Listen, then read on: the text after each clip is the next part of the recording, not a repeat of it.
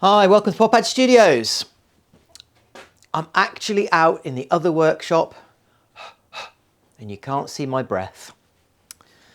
It's not sort of really hot outside yet, but it's warming up. So spring is arriving, and with the arrival of spring comes a new project. Now, I'm going to do this project slightly differently because I'm going to do a whole series of videos. They're going to be shorter videos, but there'll be a lot more of them.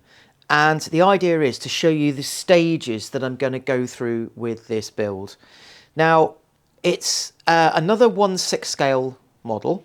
I say another 1/6 scale model. These are, for those of you that don't know, are quite large pieces. And it's going to be based on, I'll put some pictures up so you get an idea of what it is actually going to be. It's going to be an got to get this right, SPGH Dana. Now, the idea of the build is it's kind of an 8-wheeled monster with a big gun in the middle. It's a military vehicle.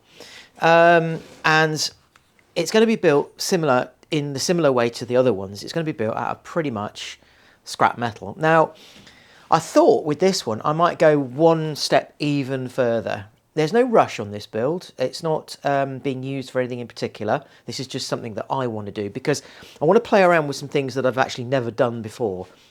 And it is going to be quite a challenge. So there's no deadline on this. There's no time that it's got to be completed. And so this got me thinking about the materials and whether or not I could actually build something with pretty much 100% recycled materials. Now, obviously things like electronics and certain, batteries and things like that, I have to buy them. I don't have a choice, although I have experimented with making some of my own batteries in this project, or I will do. Things like, I'll give you an example, because I get a lot of comments from people when they see the final products and they say, there is no way that is made from recycled materials. The tank, for example, originally, if you can remember back to the tank, it was made out of an old fridge, or backs of an old fridge, metal from a dishwasher and stuff like that. That's what it was made of. Yeah, there are real problems with that in that sometimes the metal is not very good. If you remember, I went through a phase with the tank. I used some old shelving and it was basically rotten and it caused me lots of problems with the tank and I had to redo it all. This time though, I'm blessed. A very good friend of mine has basically brought my way lots of these. These are pretty much almost new. They're not rusty at all, which is really good. So they've been stored in a building and I've got an awful lot of them. They've been stored inside, so they're not rusty, which is really, really good, but they are painted. So I'm going to have to go through a point where I'm going to, I think, strip off all the paint so I can get to some really, really nice metal. Also, they've got these edges, as you can see. These edges will be cut off, although at the moment I'm not cutting anything until I know exactly where I am at with the actual design and the shape and everything else like that. So in terms of flat sheet metal, I've got more than enough. I don't know what gauge this is. It's not the lightest steel. Probably 1.6. I don't think it's 2 mil. Probably 1.6, 1.5, 1.6, which is perfect. Good to weld and not too heavy. In terms of the chassis and things like that, I've still got a few of these left, and I've got, they're not here at the moment, I'll do some panning around and show you. Things like their old table legs, different sections. So I've got this kind of rectangular section, I've got square section. I should have enough of that left over. And then obviously I've got a number of other things. I can't show you the wheels at the moment, but you can probably guess what these are. So we're using mountain board wheels again, except this time we've gone bigger. So I've gone to actual 220 mil, 65 centimetre, 65 mil wide. So these are much bigger, or significantly bigger wheels and tyres, obviously all pneumatic, to go on this one that went onto the last truck that I did. People who ask me about drive systems. They start life like this. This is often an old mobility scooter. Now, I picked them up from a variety of different sources. There's loads of these things that you can see online. You can buy these online. So I've got 2 of these. So we're actually going to do proper four-wheel drive with this one, but I'm going to use dual motors on this one. Obviously this particular one's got wheels on it. I'm not going to use any of these wheels. All I actually need in here at the end of the day is going to be the motor. All of this, what do you call it, brake system will come off. All of this will come off. It'll all be rewired. The motor itself I'll match to the other motor. So I think this is a 270 watt motor and the other one's a 250 watt motor. Although when I power them up, I'll probably find there's nothing in it. As I said, wheels will come off. I don't need the wheels. We'll build up plates and then we'll mount the wheels, our wheels, to the plates. This, of course, gives me the transaxle in here, which effectively is a differential. So it means I can move the wheels independently. So the truck will go around the corners really well. So my drive system, that's how my drive system starts. Now you might think these are little weedy little motors. They're not really much good. You've got to remember this is designed, it's got a 6 mile an hour gearbox on this one. So it's slightly different from the ones I've used before. So I have a little bit more speed. These are designed to basically work with the mobility scooters. They've got to pull probably the 50 or so kilos, if not more, of the mobility scooter, plus the weight of maybe 75 kilos of person. So there is no way that my final build is going to exceed 100 kilos, although I said that with the fire engine and it did. But even if I get to 100 kilos with the build, I'm going to have 2 of these, so they're going to have more than enough grunt to pull this over any surface that I throw at it.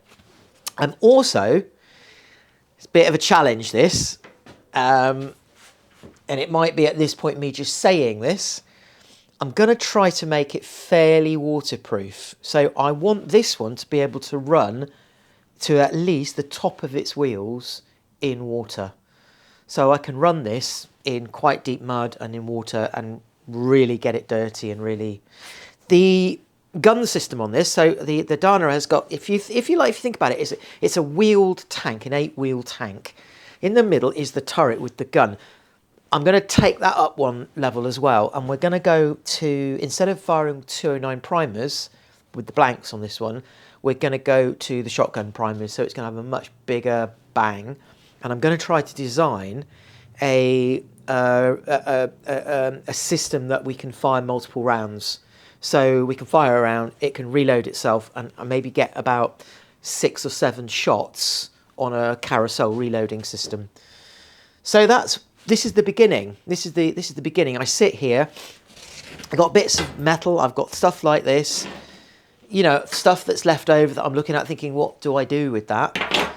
I'll give you a quick whiz around with the camera so you can see how this all starts. And really it really is recycled and repurposed objects that go into these 1/6 scale builds. Why do I do it? Somebody asked me, why do I do it? They said, why don't you just go and buy some decent metal? Why don't you just go and buy decent motors and all the wheels and put it together? Number one, because you can't. People simply don't sell stuff for 1/6, 1/4 scale, 1/6 scale. They just don't sell it. I've got to fabricate everything. Secondly, what's the fun in just buying it? The fun is building it. The fun is starting off with a sheet of metal like this, and that's the fun. To make it into something that, you know, is amazing. So that's it. That's where we're starting.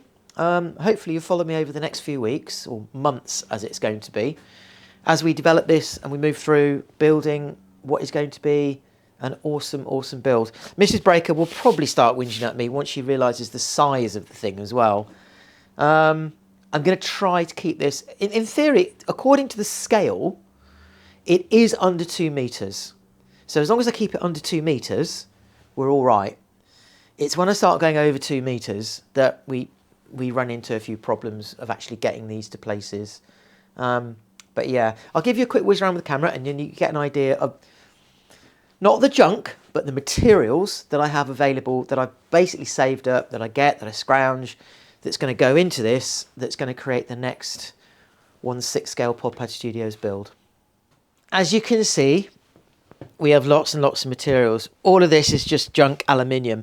As you can see here, there's loads and loads of steel here. probably way more than I'm actually going to need, but whatever. I've just found these. We just dug these up out of the garden, actually. I don't know whether they're going to be any good. I'll blast them back and clean them all up and see what happens with them. I'm getting into the bowels of the workshop here. I have just trays like this all the time, full of brackets, bits of metal that have been offcut from other projects. This is how these things start life. I'll go and pan the camera around so you can actually have a look. So you can see, I'll sort of carry on talking, but you can see here more metal bits and pieces and then boxes of tubes and all sorts. So it's this kind of stuff that basically gets turned into the models. And it then, I can take these bits and I can then use them and I can create new things with them.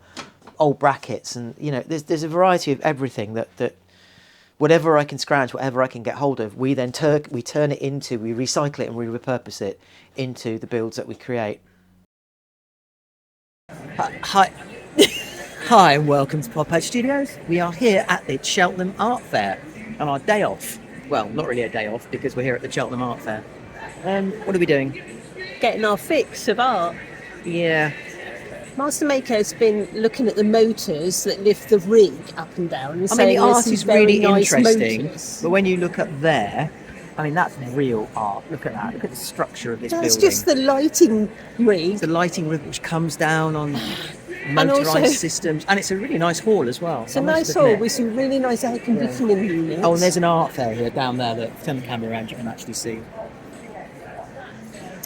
Yeah. Are you dizzy yet, guys? So Mrs. Breaker's doing some market research at the moment, because obviously Open Studios is a big thing at the moment. I've never been to an art fair before, even though I was trained in art and then I worked in an office for a long time, and I kind of getting back into art, but I've never really been into galleries or understood galleries. I've been to lots of art fairs and they all look like this. Yeah, it's quite nice to see the guys from Oink up in Old Town Swindon here, and they had a Ralph Steadman and some Banksies, which was really cool. Quite unusual compared to the rest of the stands, I thought. We'll do some little snippets when we're out and about. We'll have a little wander in a minute, because we've just enjoyed our cup of hot chocolate and coffee. And quite a lot of resin here, which some of it is really, really beautifully done. A lot of landscapes, but I guess that's the kind of audience that these galleries are selling to. So nicely presented, nice day out. Yeah. Beautiful place. Really anyway, should we go and have a look at Smart? Let's go and have a look at Smart. Okay. Bye. You like those?